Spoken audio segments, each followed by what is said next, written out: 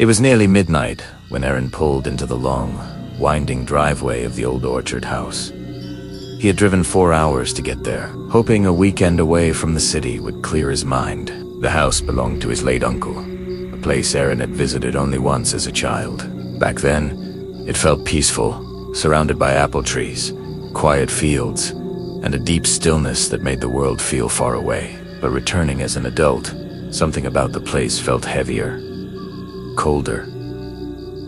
He unlocked the door and stepped inside. The air was stale, as if the house had been holding its breath for years. His footsteps echoed more than they should have. Still, he tried to relax.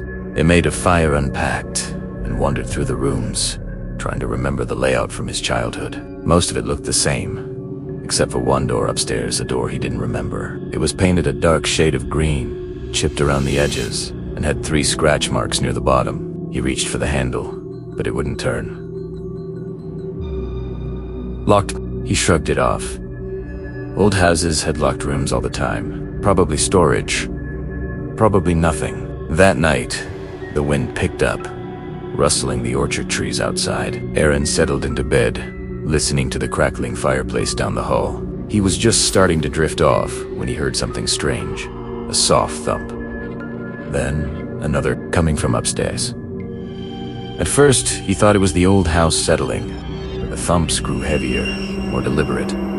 They sounded like footsteps, slow, dragging footsteps, moving from one room to another. Aaron sat up, listening. Then the footsteps stopped, right outside his bedroom door. Silence. He held his breath.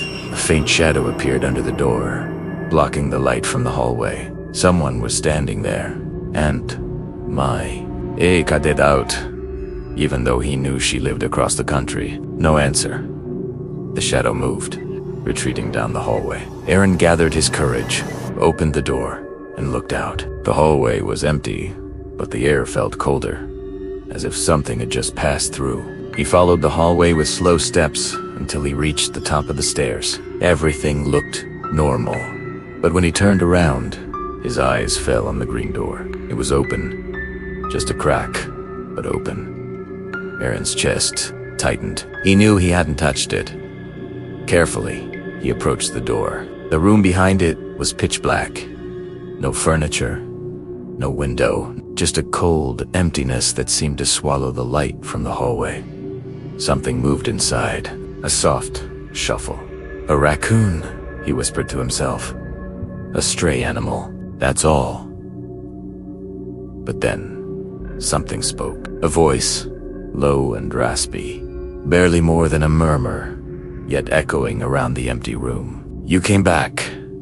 Aaron froze. He stepped back slowly, but the door creaked wider, revealing the outline of something standing deep inside the darkness. Tall, thin, hunched. Its arms were too long, almost reaching the floor. Its head tilted slowly, as though studying him. Aaron ran. He bolted down the stairs, grabbed his phone, and tried to call for help. But there was no signal. Not even a single bar. He locked himself in the living room and waited, listening to the house. For several minutes, nothing happened. Then, the footsteps returned. Not above him this time, on the staircase. Slow, heavy, each step vibrating through the wood. He stared at the bottom of the stairs, seeing only darkness, hearing the shape descend one step at a time. When the footsteps reached the bottom, they stopped. Aaron heard breathing, slow, wet breathing. He shut his eyes, praying it would go away. Then the voice whispered again, this time from right beside him. You shouldn't have come back. He jumped to his feet, but the room was empty.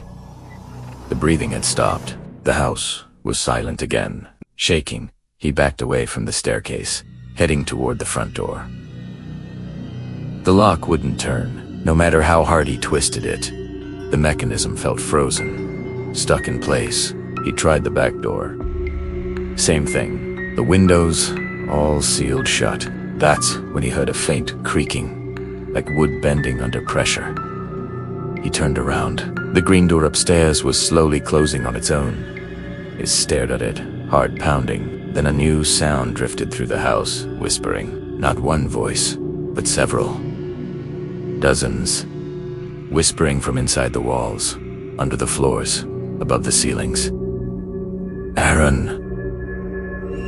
Aaron. Aaron. His name echoed everywhere.